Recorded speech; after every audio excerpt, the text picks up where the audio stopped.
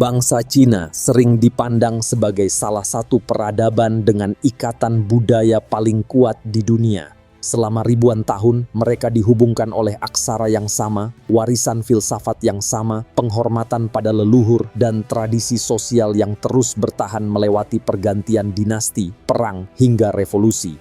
Dari luar, semua itu memberi kesan tentang satu tubuh peradaban yang sangat solid, seolah sejarah panjang telah mengikatnya terlalu kuat untuk benar-benar tercerai. Namun ketika peta politik modern dibuka, gambaran itu langsung pecah.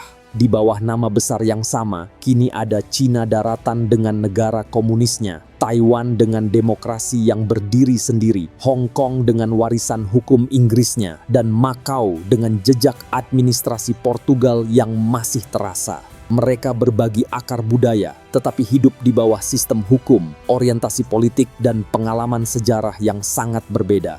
Pertanyaannya kemudian bukan sekadar mengapa satu bangsa bisa tersebar ke dalam beberapa wilayah yang terpisah, melainkan bagaimana satu peradaban yang tampak begitu utuh dapat dibelah oleh hukum, perang, kolonialisme, dan ideologi. Bagaimana satu garis keturunan bisa tumbuh menjadi 4 dunia politik yang nyaris tidak serupa, dan mengapa perpecahan itu tetap bertahan bahkan setelah abad-abad kekuasaan asing berakhir. Inilah kisah tentang bagaimana Cina terbelah menjadi 4 dunia, tentang imperium yang dulu memayungi semuanya dalam satu peta, tentang perang, perjanjian, dan revolusi yang memotong wilayahnya sedikit demi sedikit, dan tentang bagaimana satu identitas budaya yang sangat tua akhirnya hidup dalam 4 kenyataan politik yang berbeda.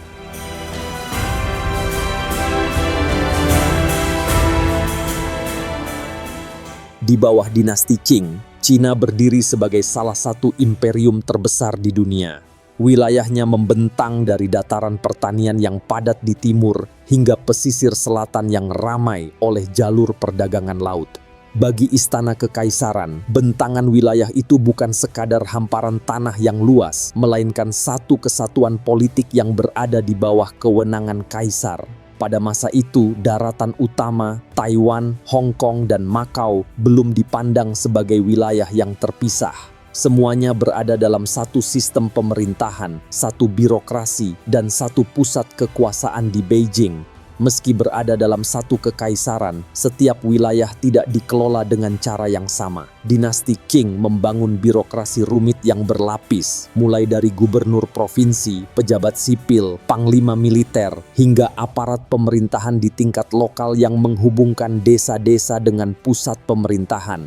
Namun di balik keragaman tersebut, ada satu prinsip yang tidak pernah berubah. Seluruh kewenangan negara berpusat di istana. Pajak dikirim ke pusat, perintah dikeluarkan dari pusat, dan para pejabat mempertanggungjawabkan kesetiaannya kepada kaisar. Karena itu, pulau-pulau maupun pelabuhan di pesisir selatan dipandang sebagai bagian utuh dari wilayah kekaisaran, bukan daerah yang berdiri sendiri. Taiwan menjadi contoh paling jelas bagaimana dinasti Qing memperluas kendalinya. Setelah mengalahkan kekuatan loyalis dinasti Ming pada akhir abad ke-17, Qing memasukkan pulau itu ke dalam sistem administrasi kekaisaran. Arus migrasi dari Fujian dan Guangdong terus meningkat. Lahan pertanian dibuka, kota-kota berkembang, dan hubungan dengan daratan semakin erat melalui perdagangan, pemerintahan, serta ikatan keluarga. Bagi istana, Taiwan bukan wilayah asing, melainkan perbatasan strategis yang harus diamankan dan secara bertahap diintegrasikan ke dalam kekaisaran. Hong Kong dan Makau juga belum dikenal sebagai entitas politik yang terpisah seperti sekarang. Keduanya merupakan bagian dari pesisir selatan Cina dan berada di bawah pemerintahan daerah Guangdong. Perairannya dipenuhi nelayan, pedagang lokal, kapal pengangkut garam, serta perahu yang hilir mudik menghubungkan desa-desa pesisir dengan kota-kota dagang. Nilai kedua wilayah ini terletak pada posisinya yang strategis di jalur perdagangan Laut Cina Selatan, bukan pada status politik yang berbeda. Meskipun memiliki garis pantai yang panjang dan menghasilkan komoditas yang sangat diminati dunia, dinasti Qing tidak membuka perdagangan luar negeri secara bebas. Istana memandang hubungan dagang luar negeri sebagai sesuatu yang harus diawasi ketat bukan dibiarkan tumbuh tanpa kendali. Karena itu, akses pedagang asing dibatasi hanya pada pelabuhan-pelabuhan tertentu, terutama melalui sistem kanton yang berpusat di Guangzhou. Mereka hanya boleh berdagang pada musim-musim tertentu melalui perantara pedagang resmi yang diawasi negara. Mereka tidak bebas masuk ke pedalaman, tidak bebas berhubungan langsung dengan pejabat tinggi, dan tidak bebas membangun jaringan dagang sendiri. Kebijakan tersebut bukan semata-mata bertujuan mengatur perdagangan. Bagi dinasti Qing, aktivitas ekonomi asing berkaitan langsung dengan keamanan negara dan stabilitas politik. Dengan membatasi keberadaan pedagang asing di pelabuhan-pelabuhan tertentu, pemerintah berusaha mengendalikan masuknya barang, manusia, dan pengaruh dari luar. Selama sistem ini bertahan, kekaisaran masih tampak stabil. Wilayahnya tetap luas, pemerintahan pusat tetap kuat, dan pesisir selatan masih berada di bawah kendali penuh. Namun, keseimbangan itu tidak berlangsung selamanya.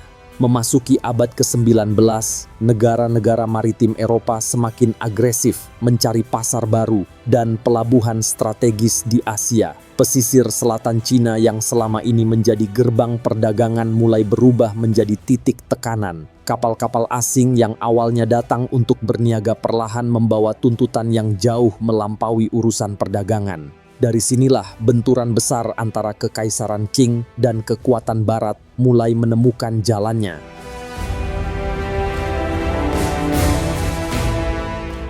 Sejak akhir abad ke-15, bangsa-bangsa Eropa mulai berlomba membuka jalur laut langsung menuju Asia. Portugal menjadi pelopor, disusul Spanyol, Belanda, Inggris, dan Prancis yang mengirim armada melintasi samudra untuk mengejar sumber kekayaan timur. Mereka mencari komoditas yang sangat bernilai di pasar Eropa, mulai dari rempah-rempah, porselen, sutra, hingga teh.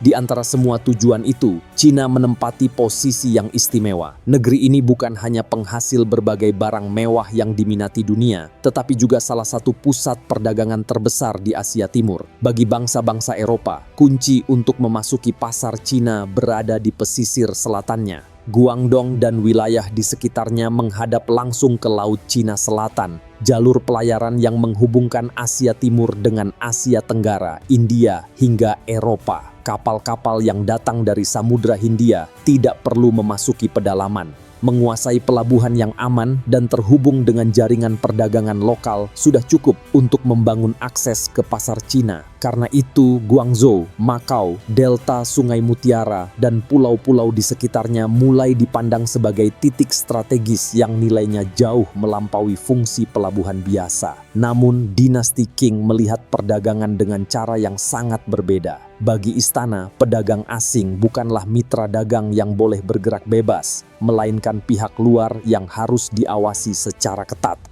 Melalui sistem kanton, mereka hanya diizinkan berdagang di Guangzhou, wajib bertransaksi melalui pedagang resmi yang ditunjuk pemerintah, serta dilarang berhubungan langsung dengan pejabat tinggi atau memasuki pedalaman. Bagi Qing, aturan ini menjaga keamanan dan stabilitas kekaisaran. Sebaliknya, bagi negara-negara Eropa, pembatasan tersebut mempersempit keuntungan, memperlambat perdagangan, dan membuat mereka bergantung sepenuhnya pada aturan yang ditetapkan istana. Perbedaan kepentingan tersebut perlahan melahirkan ketegangan.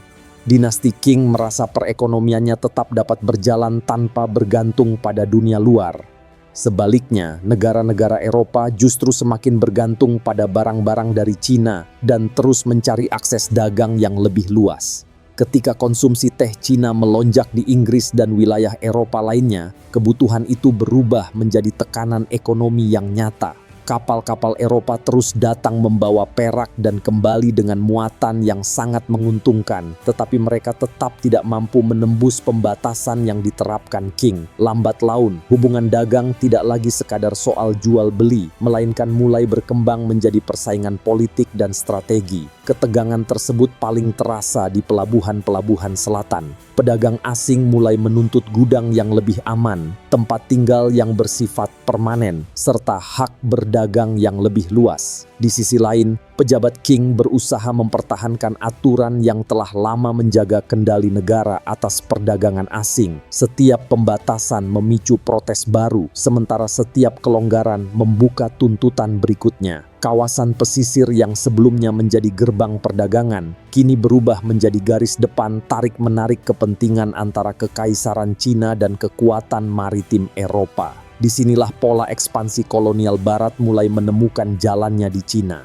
Langkah pertama mereka tidak selalu diawali oleh invasi atau penaklukan militer. Seringkali pendekatannya jauh lebih halus melalui permintaan hak berdagang, izin berlabuh, atau tempat singgah yang tampak bersifat sementara. Namun di balik tuntutan-tuntutan tersebut tersimpan tujuan yang lebih besar, membangun kehadiran permanen di pesisir Cina. Ketika tekanan perdagangan terus meningkat, benturan kepentingan antara Kekaisaran Qing dan kekuatan-kekuatan Barat pun menjadi semakin sulit dihindari.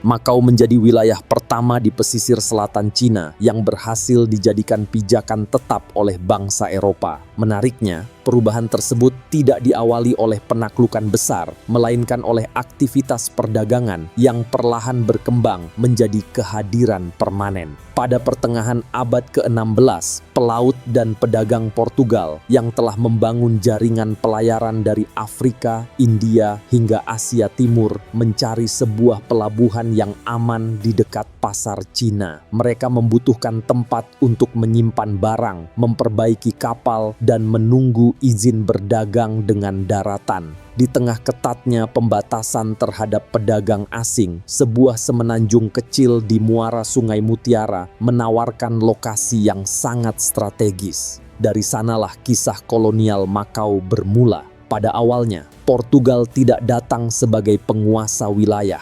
Mereka memperoleh izin untuk menetap sebagai penyewa kawasan dagang dengan syarat tertentu, termasuk membayar sewa tahunan serta tetap mengakui kedaulatan Kekaisaran China atas wilayah tersebut. Bagi pejabat setempat, pengaturan ini dianggap menguntungkan. Aktivitas perdagangan asing dapat dipusatkan di satu lokasi sehingga lebih mudah diawasi, sementara pemasukan tetap mengalir ke kas pemerintah. Bagi Portugal, keuntungan yang mereka peroleh jauh lebih besar. Mereka tidak hanya memiliki gudang penyimpanan, tetapi juga membangun permukiman, gereja, kantor dagang, dan komunitas yang dapat bertahan sepanjang tahun. Seiring berjalannya waktu, batas antara hak menetap dan penguasaan wilayah mulai memudar. Makau berkembang menjadi pelabuhan penting yang menghubungkan Cina dengan Jepang, Asia Tenggara, dan jaringan perdagangan Portugal di Samudra Hindia. Orang-orang Portugal membangun institusi mereka sendiri, mengatur kehidupan internal komunitas, dan menjalankan aktivitas ekonomi dengan otonomi yang semakin luas. Selama kekaisaran masih kuat, ambiguitas tersebut dapat dipertahankan. Makau tetap secara formal berada di bawah Cina, tetapi dalam praktik sehari-hari, Portugal menikmati ruang gerak yang jauh lebih besar daripada yang semula dibayangkan. Keadaan mulai berubah ketika kekuatan dinasti Qing perlahan melemah, memasuki abad ke-18 dan semakin terasa pada abad ke-19. Kekaisaran menghadapi berbagai persoalan dari dalam negeri. Korupsi melemahkan birokrasi, pemberontakan di berbagai daerah menguras keuangan negara. Sementara pemerintah pusat semakin kesulitan mengawasi wilayah-wilayah yang jauh dari ibu kota. Pelabuhan-pelabuhan di pesisir selatan yang menjadi pintu masuk perdagangan asing ikut merasakan melemahnya pengawasan tersebut. Dalam situasi seperti inilah posisi Portugal di Makau semakin sulit diganggu. Portugal membaca kelemahan itu dengan cermat. Mereka tidak perlu melancarkan invasi besar untuk mengubah status Makau. Cukup dengan mempertahankan kehadiran, memperkuat administrasi lokal, dan memanfaatkan ketidakmampuan Qing untuk memulihkan kontrol penuh. Ketika Cina memasuki abad ke-19 dalam keadaan semakin tertekan, posisi Portugal di Makau telah berubah dari sekadar penyewa menjadi penguasa de facto.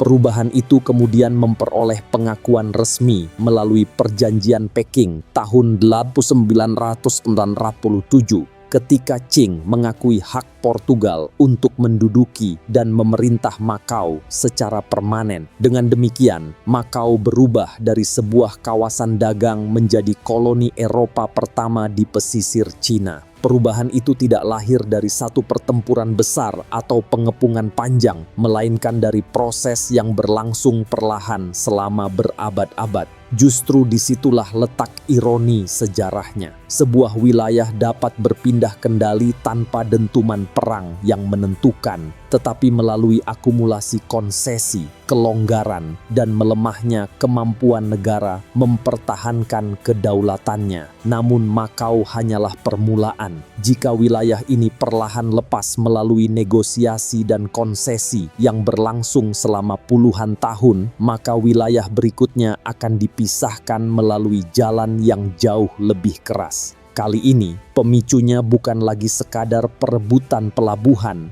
melainkan perdagangan candu yang akan mengguncang fondasi masyarakat dan memaksa Cina menghadapi salah satu perang paling menentukan dalam sejarah modernnya.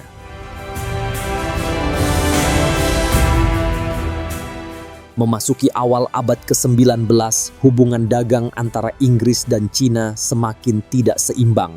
Inggris sangat bergantung pada teh Cina yang telah menjadi bagian dari kehidupan sehari-hari masyarakatnya. Selain teh, sutra dan porselen Cina juga laris di pasar Eropa.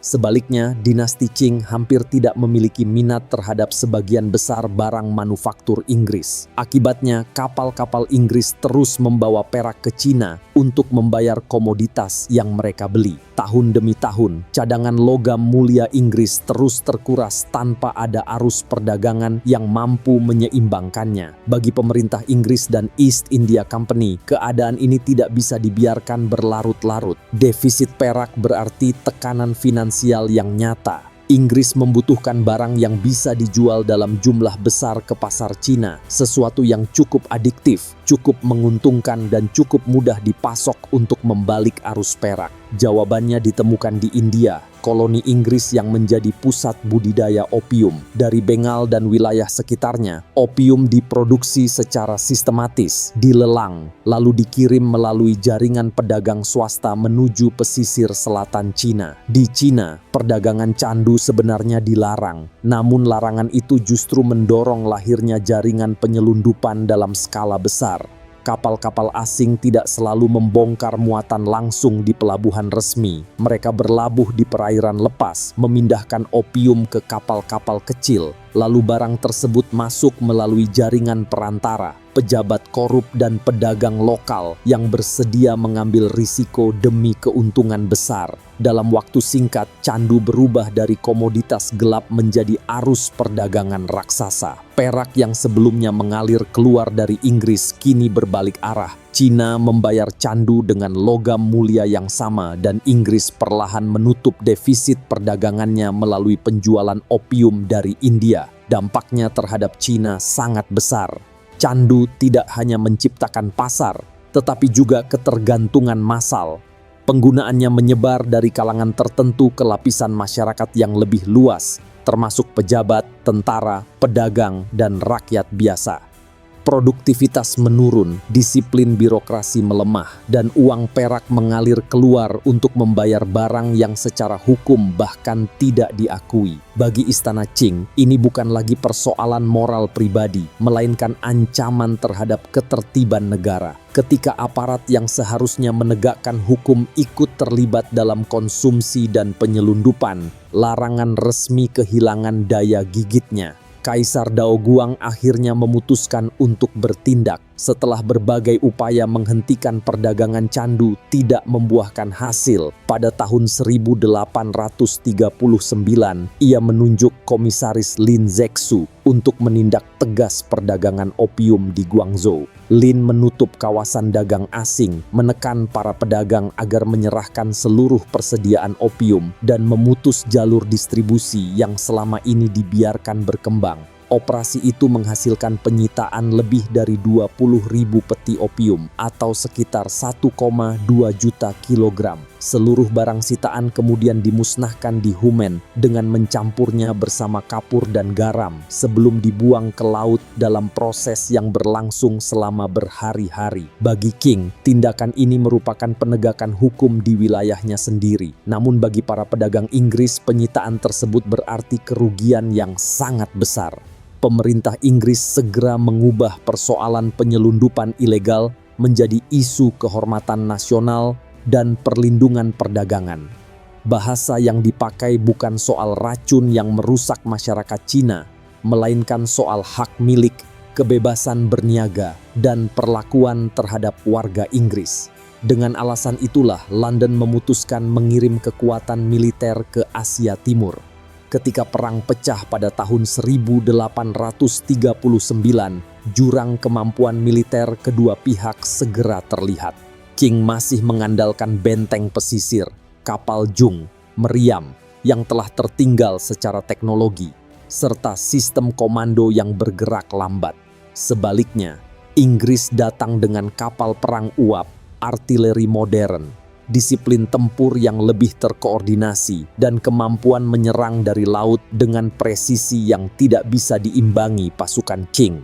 Kota-kota pelabuhan dibombardir, jalur sungai dibuka paksa, dan pertahanan yang dibangun untuk menghadapi bajak laut atau pemberontak lokal runtuh ketika berhadapan dengan armada industri modern. Perang Candu memperlihatkan bahwa yang saling berhadapan bukan sekadar dua negara, melainkan dua dunia yang berkembang dengan kecepatan berbeda. Dinasti Qing masih berusaha mempertahankan tatanan lama yang dibangun pada masa ketika ancaman utama datang dari daratan atau laut regional. Inggris sebaliknya telah menjadi kekuatan industri dengan teknologi, logistik, dan angkatan laut yang jauh lebih maju. Bagi London, jika sebuah pasar tidak dapat dibuka melalui diplomasi, maka meriam menjadi alat untuk memaksanya terbuka. Kekalahan demi kekalahan membuat King menyadari bahwa mereka bukan hanya kehilangan pertempuran, tetapi juga keunggulan yang selama berabad-abad mereka nikmati di kawasan.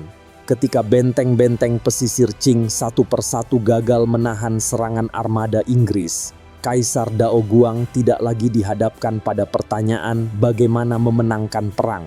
Yang tersisa hanyalah bagaimana membatasi besarnya kekalahan dan wilayah mana yang masih dapat dipertahankan.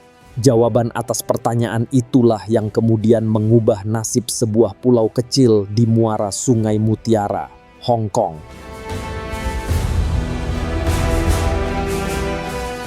Kekalahan dinasti Qing dalam Perang Candu bukan sekadar kegagalan di medan perang. Kekalahan itu memperlihatkan bahwa kekaisaran yang selama berabad-abad menjadi kekuatan utama di Asia Timur, kini tidak lagi mampu mempertahankan pesisirnya dari armada laut modern. Benteng-benteng pertahanan yang dibangun untuk menghadapi ancaman masa lalu tidak sanggup menahan kapal perang Inggris yang digerakkan mesin uap dan didukung artileri yang lebih maju. Sejak awal perang, pasukan Qing bertempur dalam keadaan yang tidak seimbang. Persoalannya bukan terletak pada keberanian tentaranya, melainkan pada jurang teknologi, logistik, dan organisasi militer yang terlalu lebar untuk dikejar dalam waktu singkat. Kekalahan tersebut berujung pada perjanjian Nanjing tahun 1842 yang mengakhiri Perang Candu pertama, sekaligus menjadi awal dari rangkaian perjanjian tidak setara yang terus mengikis kedaulatan Cina pada abad berikutnya. Salah satu syarat yang paling menentukan adalah penyerahan Pulau Hong Kong kepada Inggris untuk selama-lamanya. Bagi Inggris, pulau itu merupakan pelabuhan laut dalam yang sangat strategis, terletak di dekat muara Sungai Mutiara dan jalur perdagangan menuju Guangzhou. Bagi dinasti Qing, penyerahan Hong Kong bukan sekadar kehilangan sebuah pulau, tetapi pengakuan bahwa wilayah kekaisaran kini dapat dipaksa berpindah tangan melalui hasil perang. Saat diserahkan kepada Inggris, Hong Kong belum menjadi kota metropolitan. Pulau itu masih didominasi desa-desa nelayan dengan teluk alami yang terlindung. Namun justru letak geografisnya membuat wilayah ini sangat berharga. Inggris segera mengembangkannya menjadi pangkalan angkatan laut, pelabuhan bebas, pusat pergudangan, sekaligus gerbang perdagangan menuju Cina Selatan.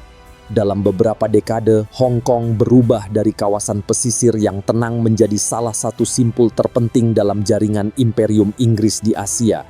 Penguasaan Inggris tidak berhenti di Pulau Hong Kong. Setelah Perang Candu Kedua, dinasti Qing kembali dipaksa menandatangani Konvensi Peking tahun 1860 yang menyerahkan bagian selatan semenanjung Kowloon kepada Inggris. Lalu pada tahun 1898, ketika posisi Qing semakin lemah dan kekuatan asing berlomba mengamankan konsesi di Cina, Inggris kembali menekan untuk mendapatkan wilayah yang lebih luas di utara Kowloon beserta pulau-pulau sekitarnya. Hasilnya adalah konvensi untuk perluasan wilayah Hong Kong yang memberi Inggris hak sewa atas New Territories selama 99 tahun. Ketiga wilayah tersebut memiliki status yang berbeda. Pulau Hong Kong dan Kowloon Selatan diserahkan secara permanen kepada Inggris, sedangkan New Territories hanya diberikan melalui perjanjian sewa. Tetapi dalam praktik pemerintahan, ketiganya menyatu menjadi satu koloni yang tidak bisa dipisahkan secara fungsional.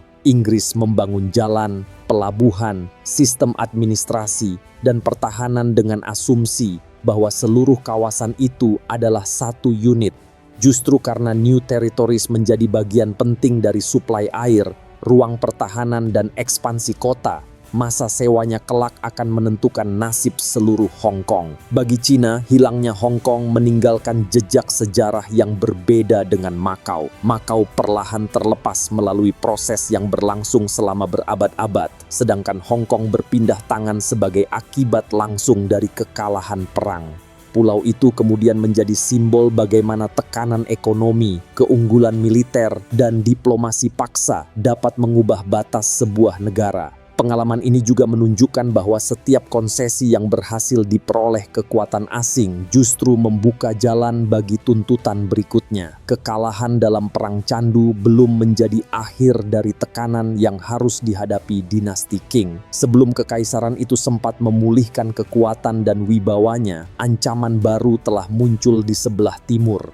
Kali ini bukan datang dari armada Eropa, melainkan dari sebuah negara Asia yang baru saja menyelesaikan transformasi besar dan mulai menantang tatanan lama kawasan, Jepang.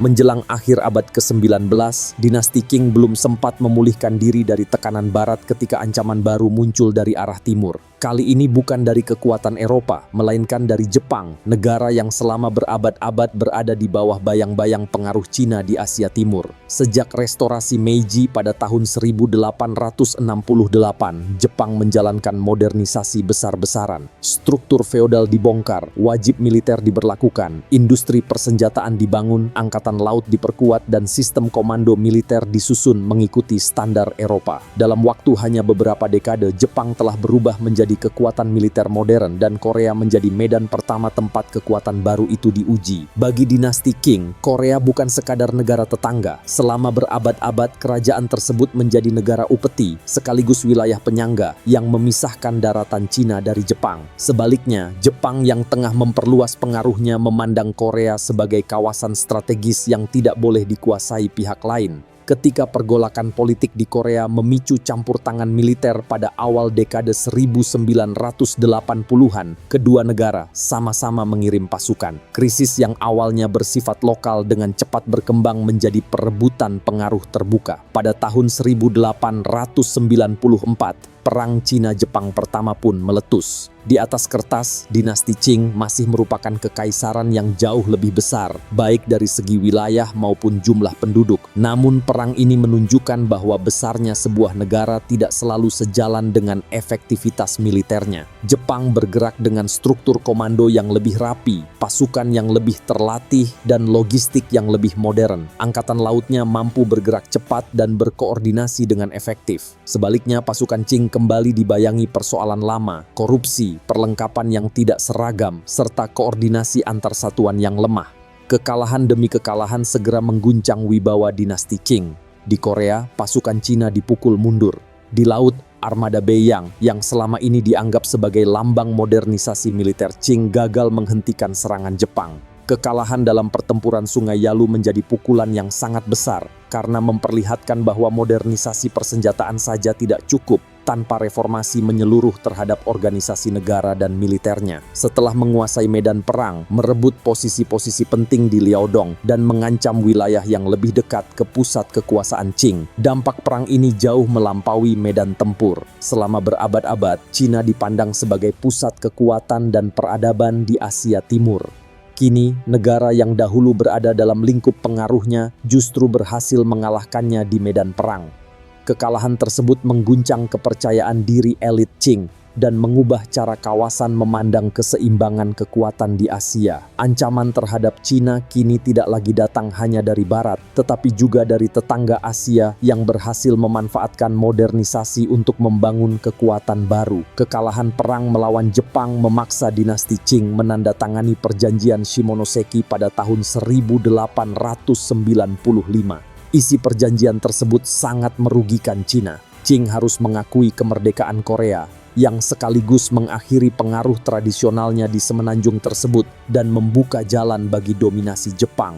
Selain itu, Cina diwajibkan membayar ganti rugi perang dalam jumlah besar serta memberikan berbagai hak ekonomi yang menguntungkan Jepang. Namun, bagi peta wilayah Cina, terdapat satu ketentuan yang dampaknya akan bertahan jauh lebih lama daripada pembayaran apapun. Melalui perjanjian Shimonoseki, Jepang memperoleh Taiwan beserta Kepulauan Penghu. Untuk pertama kalinya, sebuah wilayah besar milik Cina diambil alih oleh kekuatan Asia modern sebagai hasil kemenangan perang. Bagi dinasti Qing, kehilangan Taiwan bukan sekadar berkurangnya wilayah kekuasaan, melainkan bukti bahwa pusat-pusat kekuatan di Asia Timur sedang berubah. Dan bagi Taiwan sendiri, inilah awal dari 50 tahun pemerintahan kolonial Jepang yang akan membentuk perjalanan sejarah pulau itu hingga pertengahan abad ke-20.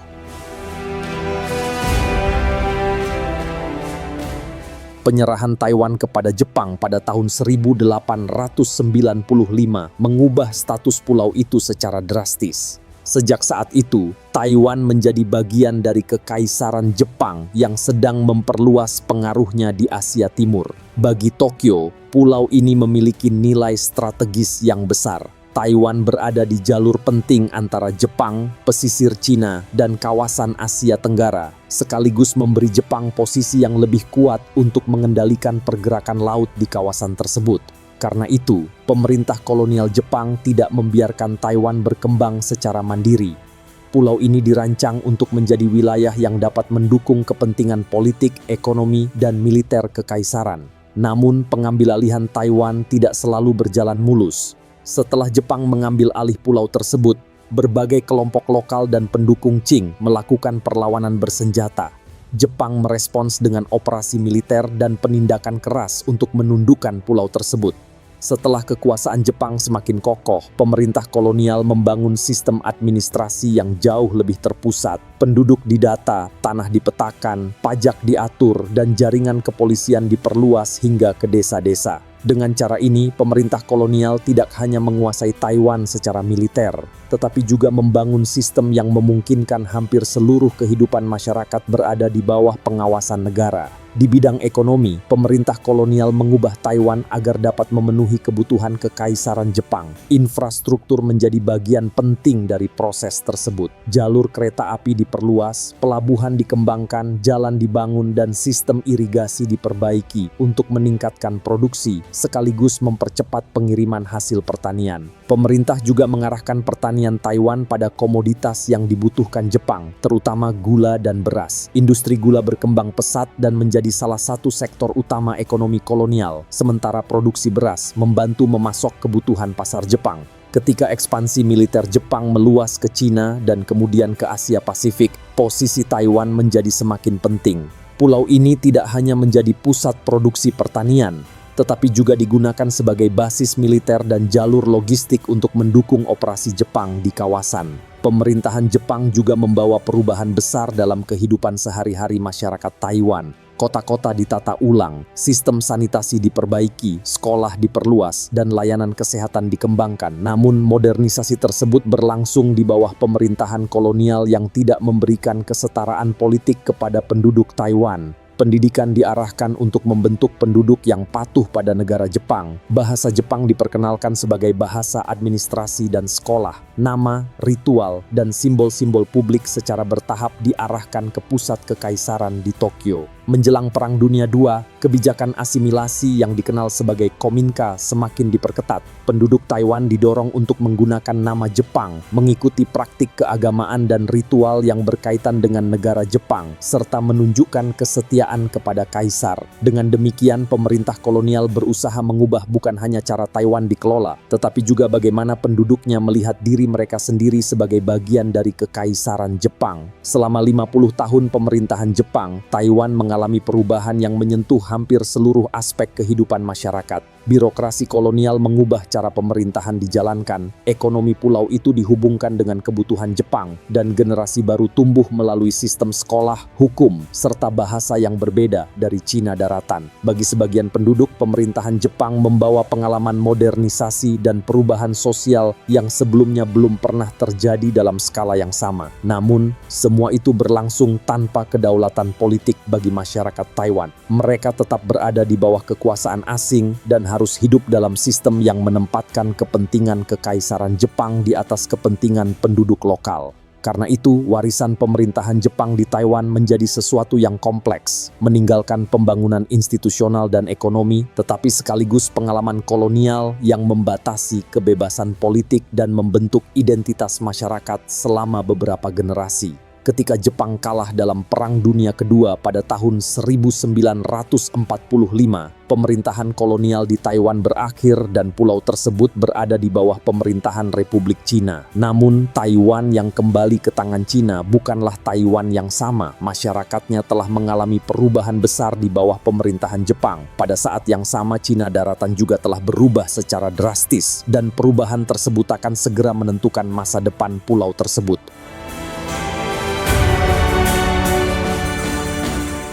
Pada tahun 1911, dinasti Qing akhirnya runtuh setelah berabad-abad memerintah Cina. Kekalahan dalam berbagai perang, tekanan dari kekuatan asing, krisis keuangan dan kegagalan reformasi telah melemahkan pemerintahan kekaisaran dari dalam. Ketika pemberontakan Wuchang pecah, sejumlah provinsi segera menyatakan memisahkan diri dari pemerintahan Qing. Dalam beberapa bulan, pusat kekuasaan kehilangan kendali atas sebagian besar wilayahnya. Pada Februari tahun 1912, Kaisar Xuantong, yang lebih dikenal sebagai Puyi, turun takhta. Sistem kekaisaran yang telah bertahan selama lebih dari 2000 tahun pun berakhir. Sebagai gantinya berdiri Republik Cina atau ROC, tetapi negara baru ini lahir tanpa fondasi pemerintahan yang kuat. Wilayahnya luas, kekuatan militer terpecah, dan lembaga negara belum mampu menggantikan struktur kekaisaran yang baru saja runtuh. Republik yang baru berdiri tidak segera mampu mengendalikan seluruh negeri. Setelah kematian Presiden Yuan Shikai pada 1916, Cina memasuki periode yang dikenal sebagai era Panglima Perang, ketika banyak wilayah dikuasai oleh komandan militer dan pemerintahan daerah yang memiliki pasukan sendiri. Pemerintah pusat di Beijing tetap ada, tetapi kekuasaannya terbatas dan sering bergantung pada keseimbangan antar faksi militer. Dalam situasi ini, Kuomintang atau Partai Nasionalis berusaha membangun kembali pemerintahan pusat yang kuat. Setelah Sun Yat-sen meninggal pada tahun 1925, Chiang Kai-shek secara bertahap menjadi pemimpin utama gerakan tersebut dan memimpin ekspedisi utara untuk mengalahkan para panglima perang dan menyatukan Cina di bawah pemerintahan nasionalis. Namun, pada saat yang sama, Partai Komunis Cina yang berdiri pada tahun 1921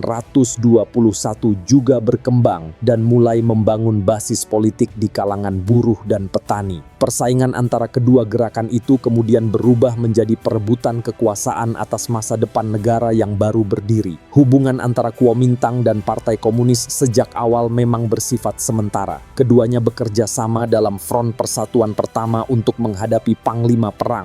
Tetapi setelah posisi nasionalis menguat, Chiang Kai-shek mulai melihat Partai Komunis sebagai ancaman terhadap kekuasaannya. Pada tahun 1927, penindasan terhadap kaum komunis di Shanghai dan sejumlah kota lain menghancurkan kerjasama tersebut dan memicu perang saudara.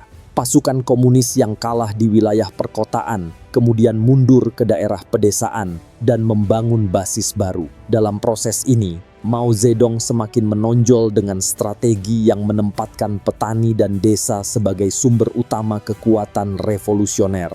Konflik antara kedua kubu terus berlangsung, tetapi pada akhir dekade 1930-an, perang saudara itu harus menghadapi ancaman yang jauh lebih besar, ekspansi militer Jepang ke Cina. Invasi Jepang mengubah keseimbangan antara kedua kubu. Setelah perang skala penuh pecah pada tahun 1937, pemerintah nasionalis menjadi kekuatan utama yang menghadapi Jepang dan menanggung sebagian besar beban perang konvensional. Kota-kota besar jatuh, jutaan penduduk mengungsi, dan sumber daya negara terkuras untuk mempertahankan wilayah yang tersisa.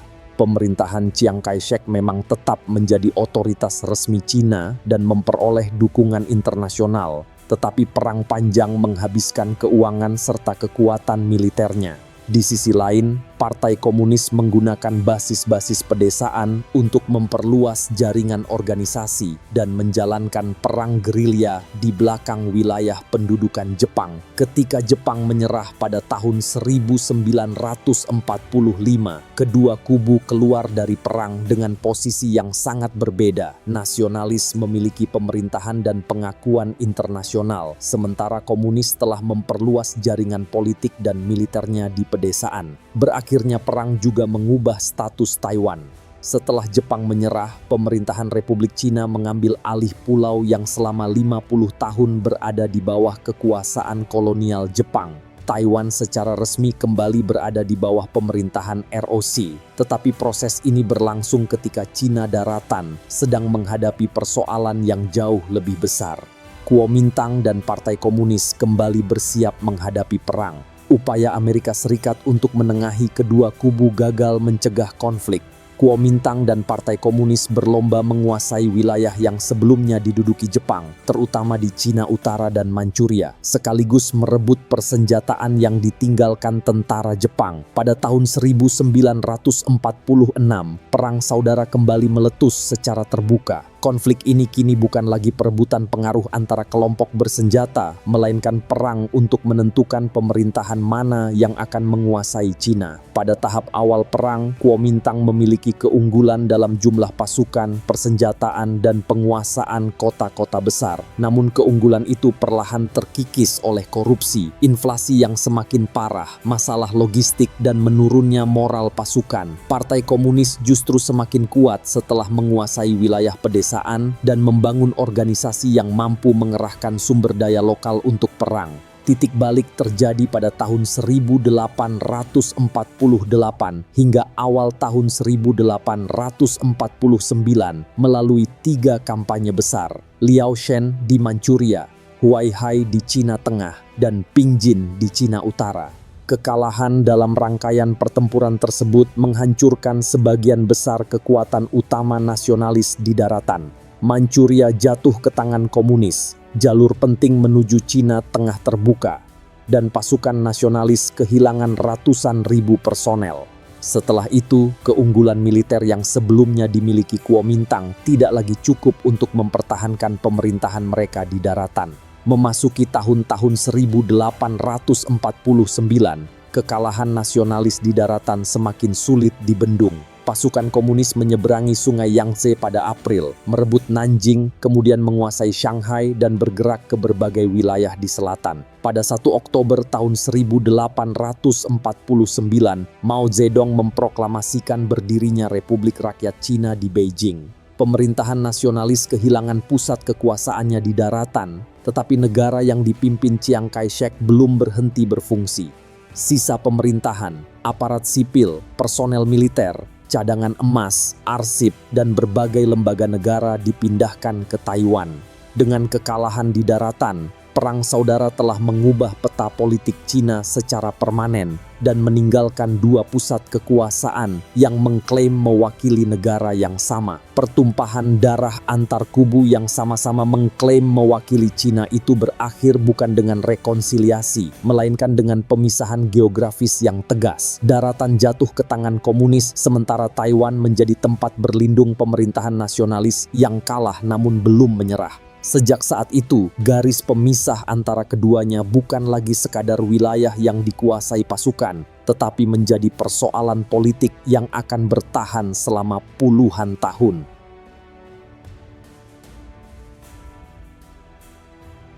Pada tahun 1949, Perang Saudara Cina tidak berakhir melalui penyerahan resmi yang menutup konflik secara permanen. Di satu sisi, Mao Zedong memproklamasikan berdirinya Republik Rakyat Cina di Beijing dan menyatakan diri sebagai pemerintah sah seluruh Cina. Di sisi lain, Chiang Kai-shek tidak membubarkan Republik Cina. Ketika kekuasaan di daratan tidak lagi dapat dipertahankan, pemerintahan nasionalis memindahkan pusat pemerintahannya ke Taiwan. Lembaga-lembaga pemerintahan juga dipertahankan agar Republik Cina tetap dapat menjalankan fungsi sebagai sebuah negara. Taiwan yang baru 4 tahun sebelumnya kembali dari pemerintahan kolonial Jepang, kini menjadi pusat pemerintahan Republik Cina yang telah kehilangan wilayah utamanya.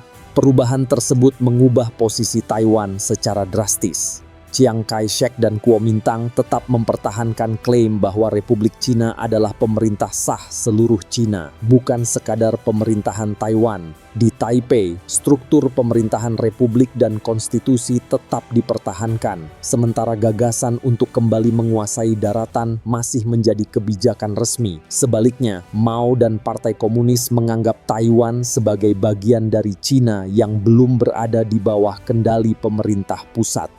Dengan demikian, Perang Saudara berakhir tanpa penyelesaian politik. Daratan dan Taiwan berada di bawah pemerintahan yang berbeda, tetapi keduanya tetap mengklaim hubungan dengan negara Cina yang sama. Selat Taiwan berubah dari jalur laut menjadi batas geopolitik yang sangat penting. Secara geografis, selat ini memisahkan Taiwan dari pesisir Fujian di daratan Cina. Namun bagi kedua pemerintahan, selat tersebut memiliki arti strategis yang berbeda. Bagi Beijing, selat Taiwan menjadi penghalang menuju penguasaan Taiwan dan penyatuan wilayah Cina di bawah pemerintahan Republik Rakyat. Bagi Taipei, jarak tersebut memberi perlindungan alami yang membantu pemerintahan nasionalis mempertahankan kekuasaannya setelah kehilangan daratan. Selama tidak ada pihak yang mampu menyeberangi dan menguasai wilayah lawannya, kedua pemerintahan memiliki ruang untuk bertahan dan membangun sistem politik masing-masing. Dengan demikian, faktor geografis ikut mengubah hasil perang saudara menjadi pemisahan yang berlangsung jauh lebih lama. Pemisahan politik itu kemudian menghasilkan dua sistem yang berkembang semakin berbeda. Di daratan, Partai Komunis membangun negara satu partai, melakukan reformasi tanah, dan mengubah struktur ekonomi serta masyarakat melalui kebijakan revolusioner. Di Taiwan, pemerintahan Kuomintang memberlakukan darurat militer, menekan oposisi politik, dan menjadikan pulau itu sebagai pusat pemerintahan anti-komunis. Kedua pemerintahan masih mengklaim sebagai wakil sah Cina dan sama-sama bersiap menghadapi kemungkinan perang kembali. Seiring waktu, perbedaan sistem pemerintahan dan pengalaman masyarakat di kedua sisi selat Taiwan semakin berkembang ke arah yang berbeda. Sementara daratan dan Taiwan membeku dalam permusuhan yang tak kunjung selesai, dua wilayah lain di selatan, Hong Kong dan Makau, bergerak menuju babak berbeda. Ketika masa kolonial mereka perlahan mendekati batas akhirnya.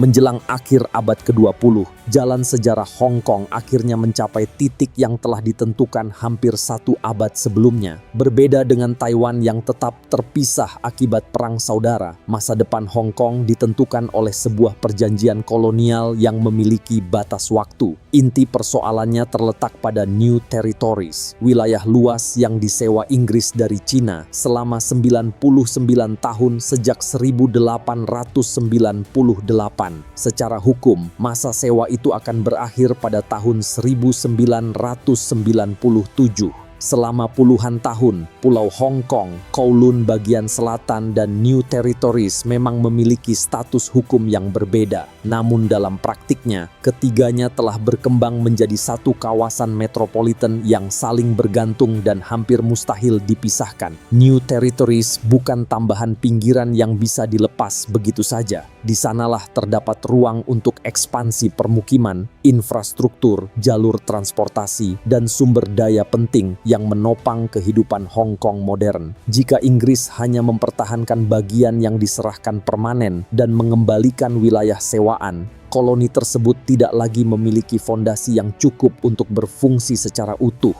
Ketika tenggat tahun 1997 semakin dekat, London menghadapi kenyataan yang tidak bisa dihindari. Mempertahankan Hong Kong tanpa New Territories hampir mustahil. Pemerintah Inggris pun menghadapi kenyataan yang sulit dihindari. Pertanyaannya bukan lagi apakah mereka harus berunding dengan Beijing, melainkan bagaimana proses pengembalian seluruh Hong Kong akan dilakukan. Perundingan resmi antara Inggris dan Republik Rakyat Cina dimulai pada awal dekade 1980-an. Saat itu, Cina sedang memasuki era reformasi ekonomi setelah berakhirnya masa kepemimpinan Mao Zedong. Bagi Beijing, Hong Kong bukan hanya persoalan wilayah, tetapi juga simbol berakhirnya satu abad campur tangan kolonial asing. Sementara bagi Inggris, tantangan utamanya adalah memastikan proses pengembalian tidak mengguncang stabilitas salah satu pusat keuangan paling penting di dunia. Setelah melalui serangkaian negosiasi, kedua negara menandatangani deklarasi bersama Cina-Inggris pada tahun 1984.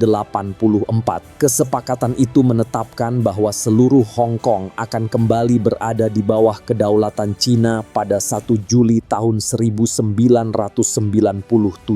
Upacara penyerahan Hong Kong menjadi momen yang penuh makna. Bendera Inggris diturunkan untuk terakhir kalinya, sementara bendera Cina dikibarkan sebagai tanda berakhirnya pemerintahan kolonial yang bermula setelah Perang Candu. Namun yang membuat peristiwa ini berbeda bukan hanya perpindahan kedaulatannya, melainkan cara transisinya dirancang. Beijing tidak langsung menerapkan sistem yang berlaku di daratan. Hong Kong tetap mempertahankan sistem ekonomi kapitalis, memiliki tingkat otonomi yang tinggi, serta mempertahankan berbagai institusi dan cara hidup yang telah berkembang selama puluhan tahun. Dengan demikian, dekolonisasi Hong Kong berlangsung melalui perpindahan kedaulatan tanpa perubahan drastis terhadap struktur internalnya. Jalur yang ditempuh Portugal tidak jauh berbeda, meskipun dalam skala yang lebih kecil. Macau memang tidak memiliki pengaruh ekonomi global sebesar Hong Kong, tetapi wilayah ini merupakan salah satu koloni Eropa tertua di Asia Timur. Setelah Revolusi Anyelir pada tahun 1974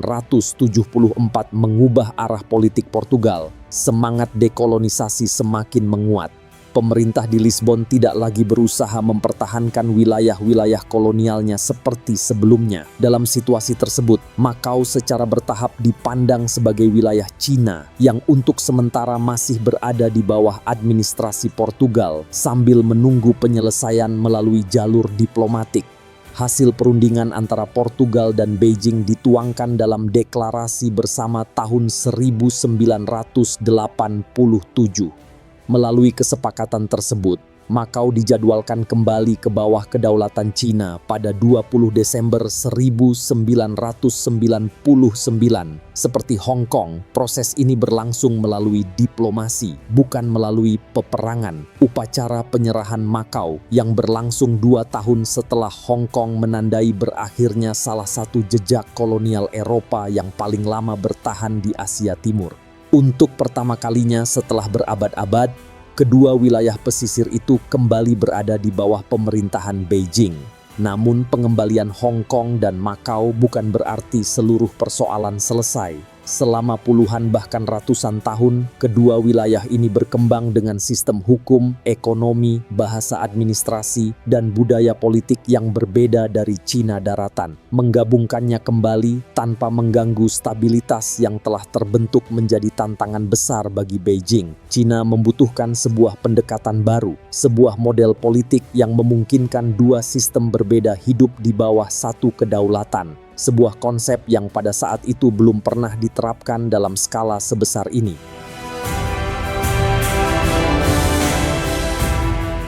Setelah Hong Kong dan Makau secara resmi kembali berada di bawah kedaulatan Cina, tantangan berikutnya jauh lebih rumit. Bagaimana mengembalikan kedua wilayah itu tanpa membongkar sistem yang telah berkembang selama lebih dari 1 abad? Jawaban Beijing lahir pada era Deng Xiaoping, melalui sebuah konsep yang dikenal sebagai One Country, Two Systems.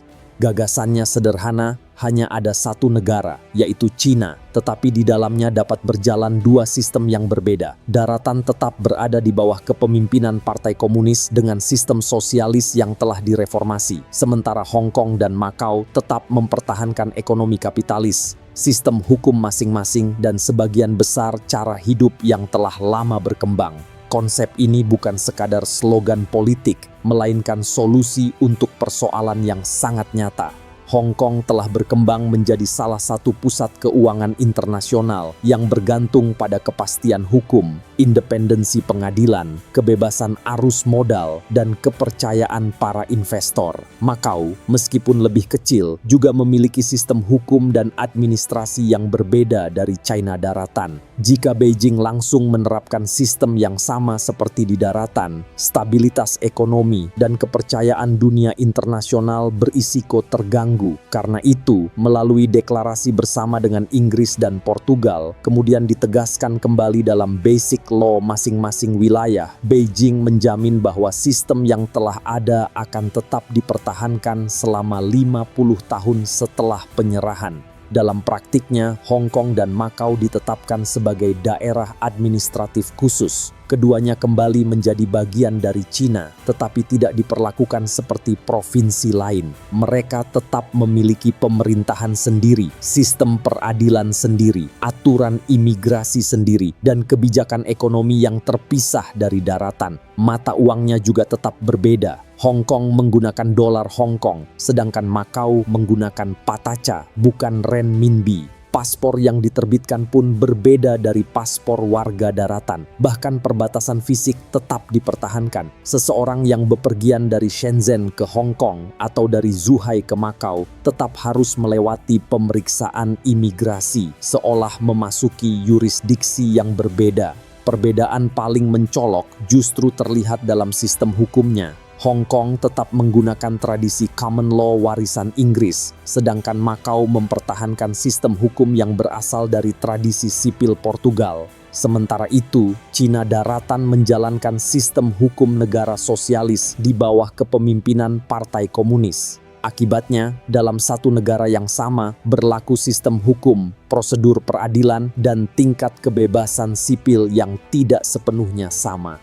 Pengaturan seperti ini hampir tidak memiliki banyak preseden dalam praktik negara modern. Namun bagi Beijing, pendekatan tersebut dianggap sebagai cara paling realistis untuk menyatukan kembali wilayah-wilayah yang telah berkembang dalam sistem yang berbeda selama ratusan tahun. Bagi Beijing, konsep One Country, Two Systems tidak hanya ditujukan bagi Hong Kong dan Makau. Sejak awal, konsep ini juga dimaksudkan sebagai pesan kepada Taiwan. Deng Xiaoping ingin menunjukkan bahwa penyatuan dengan Cina tidak harus berarti menghapus seluruh sistem yang telah ada. Dalam pandangannya, kelonggaran di bidang hukum dan ekonomi dapat menjadi jalan menuju reunifikasi yang lebih luas. Namun, konsep ini juga membawa pertanyaan yang belum memiliki jawaban pasti. Sampai sejauh mana dua sistem yang berbeda dapat bertahan di bawah satu negara dan satu pusat kedaulatan, terlebih ketika batas waktu 50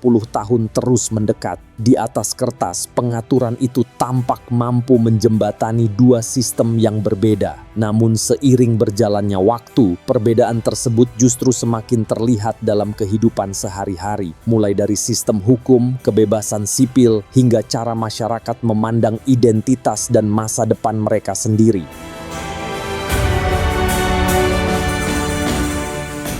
Setelah lebih dari 1 abad dilalui oleh perang, kolonialisme, revolusi, dan dekolonisasi, Cina tidak lagi hanya dipisahkan oleh batas geografis. 4 wilayah yang berakar pada sejarah dan peradaban yang sama, kini berkembang dalam sistem politik yang sangat berbeda. Perbedaan itu tidak lahir dari satu peristiwa, melainkan dari rangkaian keputusan sejarah yang saling bertumpuk selama beberapa generasi. Hasilnya adalah sebuah paradoks, satu akar budaya, tetapi 4 pengalaman politik yang semakin sulit disatukan. Cina daratan berkembang menjadi pusat kekuatan terbesar di antara keempatnya. Di bawah Republik Rakyat Cina, negara dibangun sebagai sistem satu partai yang dipimpin Partai Komunis. Dalam beberapa dekade terakhir, Cina menjelma menjadi salah satu kekuatan ekonomi terbesar dunia, didukung oleh industri manufaktur berskala besar, jaringan kereta cepat, kota-kota modern, dan kemajuan teknologi yang memengaruhi rantai pasok global. Namun pertumbuhan tersebut berjalan beriringan dengan kontrol politik yang kuat. Media berada di bawah pengawasan negara, oposisi tidak memiliki ruang politik yang legal, internet disensor, dan teknologi dimanfaatkan untuk memperluas kemampuan pengawasan pemerintah. Dalam sistem ini, stabilitas politik diposisikan sebagai syarat utama bagi pembangunan nasional. Hong Kong berkembang melalui jalur yang berbeda. Selama lebih dari 1 abad berada di bawah pemerintahan Inggris, wilayah ini membangun tradisi common law, birokrasi yang relatif efisien, serta ekonomi yang sangat terbuka. Setelah kembali ke Cina pada tahun 1997, sebagian besar sistem tersebut tetap dipertahankan sesuai prinsip One Country, Two Systems. Namun justru karena perbedaan itu tetap ada, hubungan Hong Kong dengan Beijing tidak pernah sepenuhnya bebas dari ketegangan.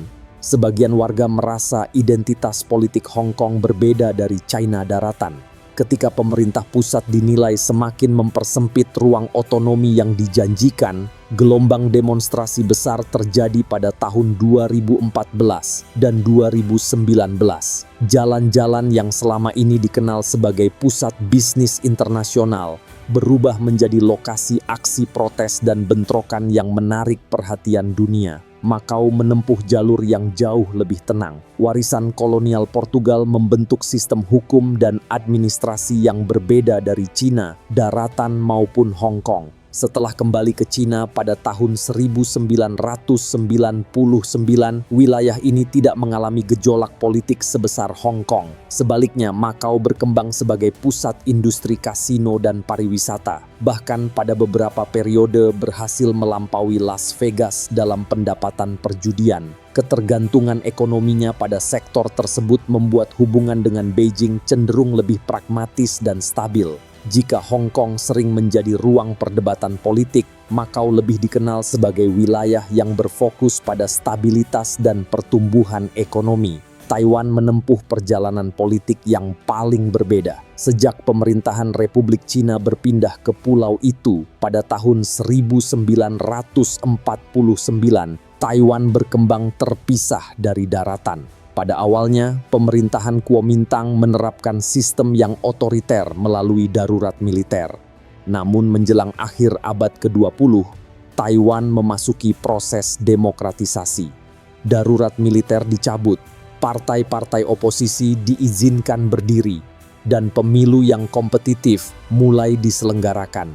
Perubahan tersebut melahirkan identitas politik baru. Banyak warga tidak lagi memandang Taiwan sebagai basis sementara untuk merebut kembali daratan, melainkan sebagai masyarakat demokratis dengan jalur sejarahnya sendiri. Kini Taiwan memiliki pemilu yang bebas, pergantian kekuasaan secara damai, serta pers yang relatif bebas. Dalam praktiknya, Taiwan menjalankan hampir seluruh fungsi sebuah negara, meskipun status internasionalnya masih menjadi salah satu persoalan paling rumit dalam politik global. Perbedaan di antara keempat wilayah itu terlihat jelas dalam kehidupan sehari-hari. Masing-masing menggunakan paspor, mata uang, dan sistem hukum yang berbeda.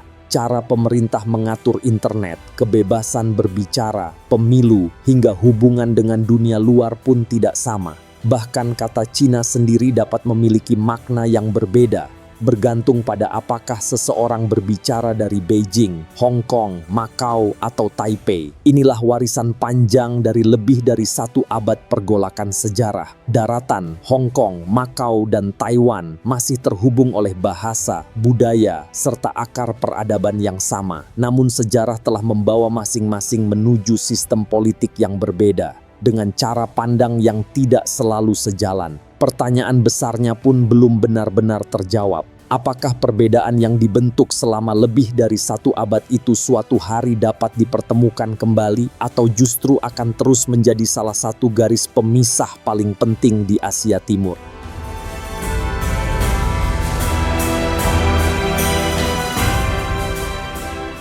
Perjalanan sejarah Hong Kong, Macau, Taiwan, dan Cina daratan menunjukkan bahwa batas-batas modern tidak selalu terbentuk oleh pegunungan, sungai, atau laut. Lebih sering, batas itu lahir dari perang, perjanjian yang dibuat di bawah tekanan, pemerintahan yang runtuh, dan keputusan politik yang mengubah arah sejarah. Di atas peta, garis-garis tersebut mungkin tampak sederhana, namun di baliknya tersimpan proses panjang yang membentuk kehidupan jutaan orang selama beberapa generasi. Keempat wilayah ini tidak terpisah karena kehilangan akar budaya yang sama, melainkan karena sejarah membawa mereka berkembang di bawah sistem hukum, pemerintahan, dan pengalaman politik yang berbeda. Dari sinilah muncul salah satu pelajaran terpenting. Kesamaan bahasa, budaya, leluhur, dan tradisi ternyata tidak selalu cukup untuk membuat masyarakat berkembang dengan cara yang sama. Ketika satu generasi dibesarkan dalam sistem kolonial, generasi lain tumbuh di bawah revolusi komunis, sementara generasi berikutnya hidup dalam sistem demokrasi. Cara mereka memahami negara, kebebasan, hak, dan masa depan pun ikut berubah. Pada akhirnya, hukum dan sistem politik tidak hanya mengatur kehidupan masyarakat, tetapi juga membentuk cara mereka memandang dunia. Karena itu, persoalan ini tidak hanya berkaitan dengan sengketa wilayah atau kedaulatan. Yang dipertaruhkan juga adalah identitas yang telah dibentuk oleh pengalaman sejarah yang berbeda selama lebih dari 1 abad. Dari luar, keempat wilayah itu mungkin masih tampak berasal dari satu peradaban yang sama. Namun di dalamnya, masing-masing berkembang dengan cara pandang dan sistem politik yang tidak lagi sepenuhnya sejalan. Pada akhirnya, kisah ini bukan sekadar tentang Cina. Ia menunjukkan bahwa identitas sebuah bangsa tidak hanya dibentuk oleh budaya, tetapi juga oleh sejarah yang dijalani dari satu generasi ke generasi berikutnya. Jika pengalaman sejarah yang berbeda mampu mengubah cara jutaan orang memandang negara dan masa depan mereka, maka mungkin pertanyaan yang tersisa bukan sekadar bagaimana sebuah bangsa bisa terpecah, tetapi juga apa yang sebenarnya membuat sebuah bangsa tetap dapat bertahan sebagai satu kesatuan.